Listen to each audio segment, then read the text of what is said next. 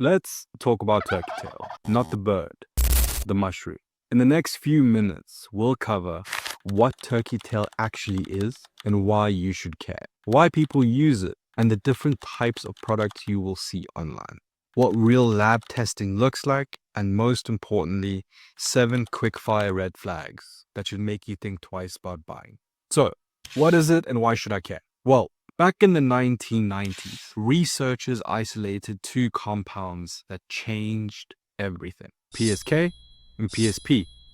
Now, PSK was so effective at supporting immune recovery that Japan's health ministry approved it as an adjunct cancer therapy under the name Creston. In China, PSP is still used in hospital settings today. Now, here's the catch. Those clinical grade compounds come from turkey tail mushrooms. They're built on the structure of beta-glucans, specifically 1,3 and beta-1,6, the immune active molecules that everyone's now chasing. So since we can't exactly walk into a Tokyo hospital and ask for Creston, the next best thing is a high quality extract with a high percentage of beta-glucans, the same class of immune active compounds that made PSK and PSP legendary. Now, what is the main reason someone buys turkey tail? To do that, we can look at sources like WebMD or PubMed. Or for today's video, we're actually going to read what a registered dietitian who holds a master's degree from Stonebrook University School of Medicine, Jillian Kubala, has to say in a Healthline blog titled, "Can Turkey Tail Mushroom Help Fight Cancer?" Now, it states, and while turkey tail mushrooms are purported to have numerous health benefits, one that particularly stands out is its reputation for boosting the immune system to fight off cancer. Over the centuries, people in Asia have turned to more than 100 trusted sources, different kinds of mushrooms, in an effort to thwart cancer. And some evidence suggests that turkey tail mushrooms may have anti-cancer properties. Now, those are her words, but I think in a nutshell, you understand it's about the immune system. So what about side effects? Well, let's continue reading and see what she has to say. Turkey tail mushrooms are generally considered safe.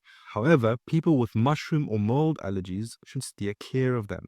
Makes sense. And while they're generally considered safe, turkey tail mushrooms can cause digestive upset, such as diarrhea, gas, or bloating, or darker pigments in your fingernails. So yeah, that's the general summary of what she says. She obviously goes into more detail. She cites some sources, but you get the gist of it. So if you're getting lost in all the details of the various literatures and the various resources, feel free to reach out to us. We have some great blogs that summarize the various sources into one, making it a lot more simple.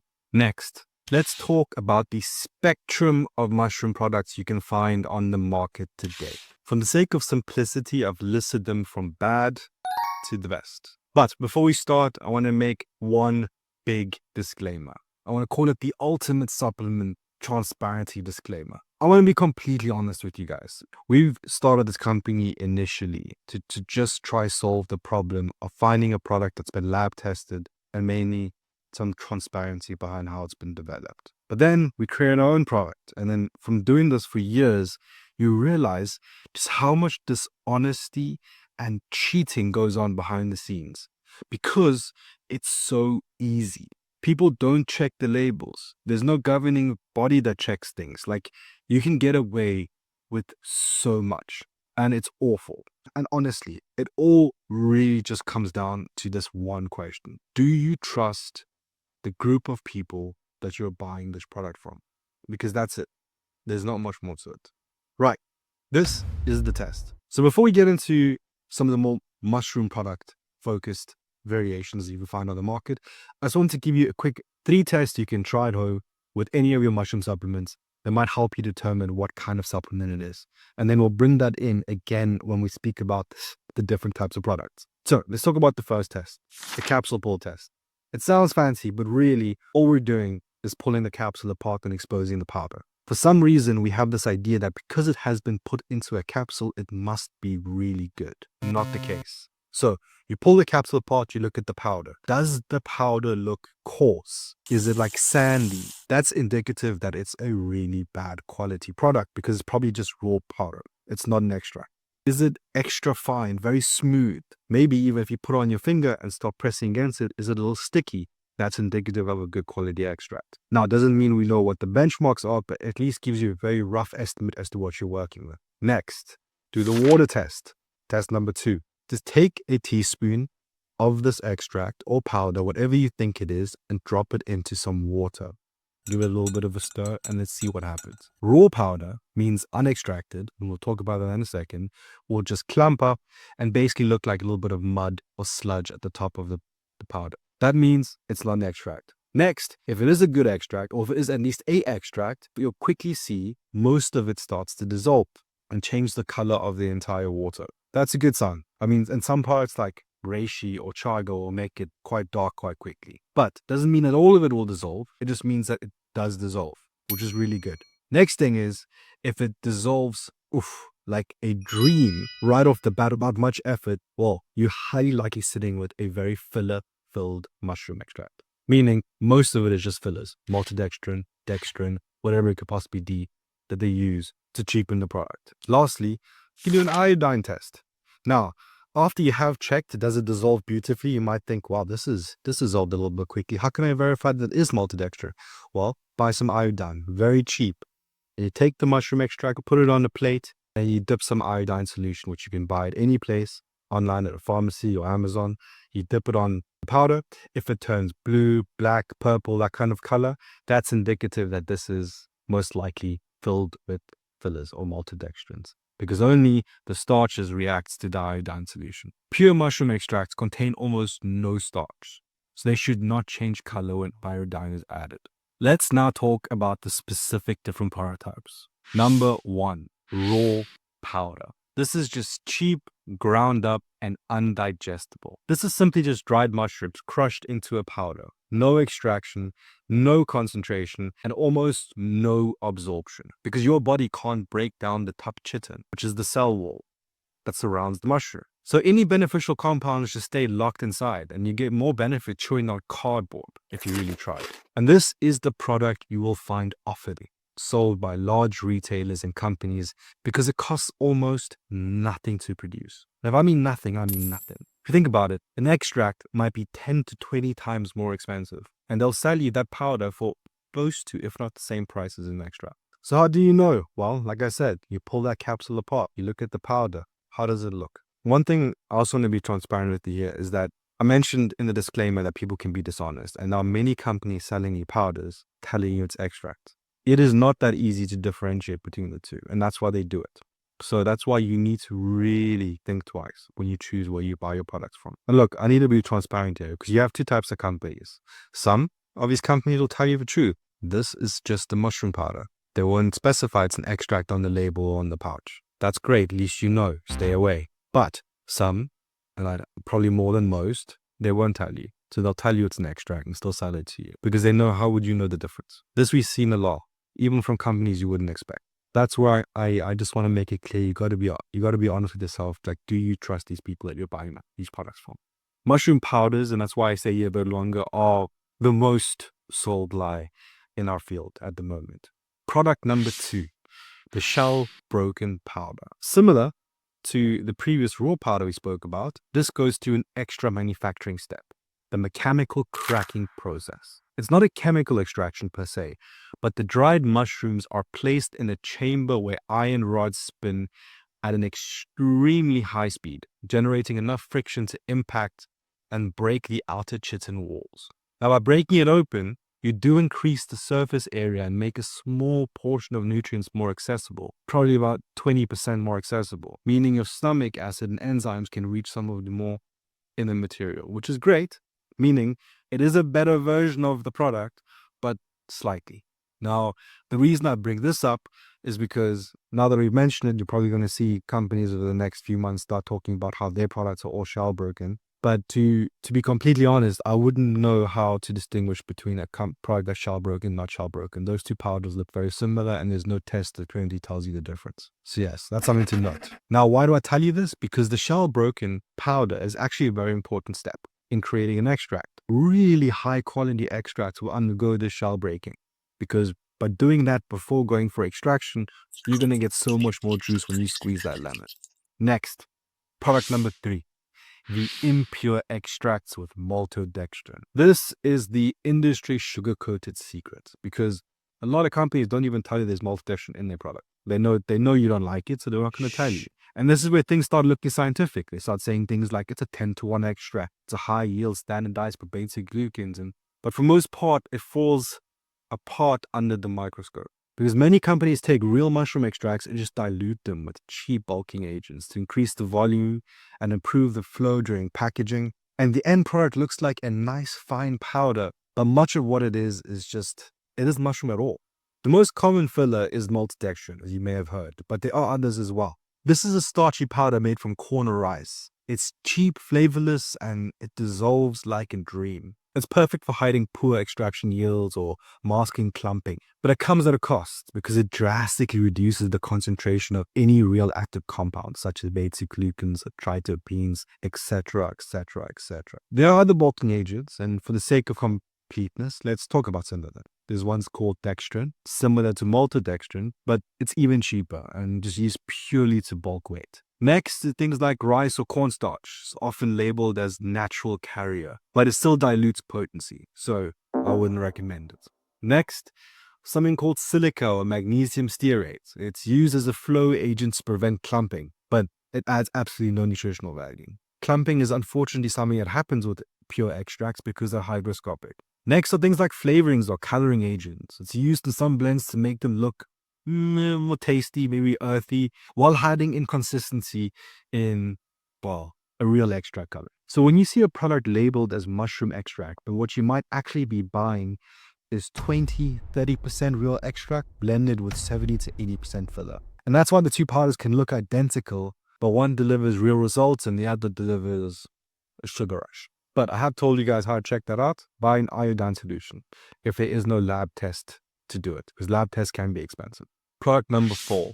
We've now moved on to tinctures. There's a bad tincture and I would say a good tincture. Now, bad tinctures is basically a 1% mushroom and 99% disappointing, because this is where marketing and craftsmanship part ways. Most tinctures you'll find in the West or sold online are made this way. They soak a tiny amount of mushroom powder or pre-bought extract in a water or alcohol or a mix of both, and then they strain it and bottle the liquid. And the result is a weak, murky solution that may look artisanal, but contains barely any active compounds. And the problem is that the mushroom's beneficial molecules, like beta-glucans or triterpenes or polysaccharides, they need heat and time to be released from the cell walls. Simply soaking the powder in alcohol doesn't extract them, it just creates a flavored liquid. Yet, they're sold at the same premium prices because they look medicinal. Finally, we get to the good tinctures. Now, these are crafted. They're not copied. These are true tinctures and they're a world apart. Because instead of buying a pre-made mushroom extract powder and simply dissolving it in alcohol or water, which is what most brands do, a true tincture is made from the actual extraction liquid itself. It's the concentrated broth produced during a water or dual extraction. Here's how it works in layman's terms. Basically, you have the raw material. We spoke about the shell broken raw material that goes into a chamber. They add the liquid, hot water, alcohol, whatever it may be. They extract it. It becomes a liquid. That liquid goes into another chamber where it gets concentrated. And that concentrated liquid can do two things. One, you can go to another area of the facility where it gets dried and powderized, which is what then get used to make capsules or powders, or they take that liquid and turn that into a tincture. And that's the difference. Another company, if you think about on the West, they wouldn't use that liquid. They'd either buy the extract and just dilute it in water, pop it in the tincture and sell it, or they would soak it and put that soaked liquid into a tincture and sell that. So you can see these two are worlds apart. You're either buying the actual concentrated liquid that becomes the extract powder that you know, or the way most companies do it, because, well, you require quite a big facility to do that. Now, this process keeps the molecular structure and synergy of the extract intact. Unlike redissolving dry powders, which can cause separation and sediment and loss of actives. So, while cheap tinctures are just powders mixed into liquid, a true tincture is the liquid extract itself, because it's stable, it's potent, and it's fully bioavailable. Big difference. Now, product number 6, the pure extract powder. This is what everyone claims that they're selling. It's the gold standard. And a pure extract powder is produced through a controlled extraction of hot water, alcohol, or both. And this is something I'm not going to stick with because everyone kind of has a good idea as to what this is. All we're doing is concentrating the bioactive compounds using various methods. The last part on the list, gummies. And I guess if you're here for gummies, you're not really off supplements to begin with. You're just off the sweets. So there's nothing else to really be said about that product. And even if a company sells them, if the supplement company sells you gummies, then is it really a supplement company to begin with? Now, let's talk about lab testing. This is where most supplement brands wave their hand and change the subject. So, before we dive in, 2 quick disclaimers. 92% of the companies we reviewed don't display any lab results at all. And even when they do, it's usually just a COA, a certificate of analysis. That's not a full lab report, it's just a summary of what they have done potentially. Personally, I don't trust summaries. I want to see the raw data. Especially having been in the industry, I mean, the summary is only just a piece of paper. Now, let's start with the first metric, quality. The beta-glucans, the global benchmark. When it comes to measuring mushroom extract quality, the beta-glucan content is the single most meaningful number you can look for. We test ours using the Megazyme beta-glucan assay kits, the reference being KY-GVL. It's the same method used by research institutions and pharmaceutical labs. Why beta-glucans? Well, because they're the active polysaccharide that defines a mushroom's functional power. They're also the only compound class with a globally standardized peer-reviewed testing method. Now, you might wonder, why not just test for all the other things as well? I'm going to be honest with you, and here's the truth. When you speciate a mushroom, you can identify hundreds of bioactive compounds, triterpenes, phenolics, peptides, flavonoids. Each one's unique, but each of those requires a reference sample and a globally agreed testing method. Is it going to be UV spectrometry? Is it HPLC? Is it LCMS? You name it, there's a method. The problem is that there isn't a universal standard, because one lab might report the UV result of 8% for triterpenes, and another uses HPLC and reports 1%. Now, does the customer know what's better or worse? No, because it's the same sample but a different story. We're not here to play that look how many ribbons we have game. Until there's a level playing field, we stick to the method that's globally accepted and scientifically sound. And that's beta-glucans, because that is the universal proxy for potency and concentration. Metric 2, purity, which is alpha-glucans. It just happens to come with the same KY-BGL test that we do with Megazyme, but it tells you a different story. Now, beta-glucans tells us about the quality, but the alpha-glucans tells us about the purity. Why? Because alpha-glucans are a starch-type compound found in fillers like grain or myceliated substrate, and also in some mushrooms. A high alpha-glucan percentage usually just means you're paying for some rice and not mushrooms. So this is a really good indicator if a company is showing you their alpha-glucan results, what's actually in their product. A good product will have a high beta-glucan result and a quite low alpha-glucan result. That's what you're looking for. Next, probably the most overlooked part of any sort of supplement testing is safety. This is what companies avoid as much as they can because it's expensive and not sexy. Mushrooms are bioaccumulators. They're like living sponges that absorb everything around them. The same ability that lets them pull trace minerals from soil also means they can pull the bad stuff. Heavy metals, pesticides, industrial residues. And that's why safety testing isn't optional. It's survivable. The first test on our list here is heavy metals, because mushrooms can draw on elements like lead, mercury, or arsenic from soil and water, and even small traces can build up over time.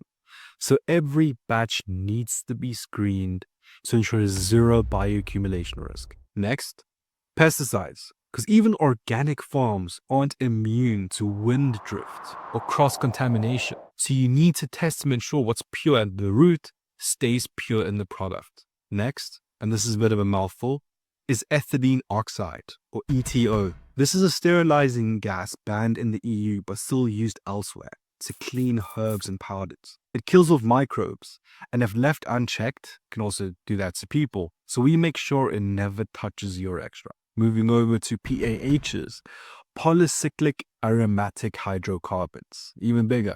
These form when drying or extraction temperatures are too hot. They're the same compounds found in cigarette smoke and burnt food, so precision processing keeps them out, but the testing confirms it.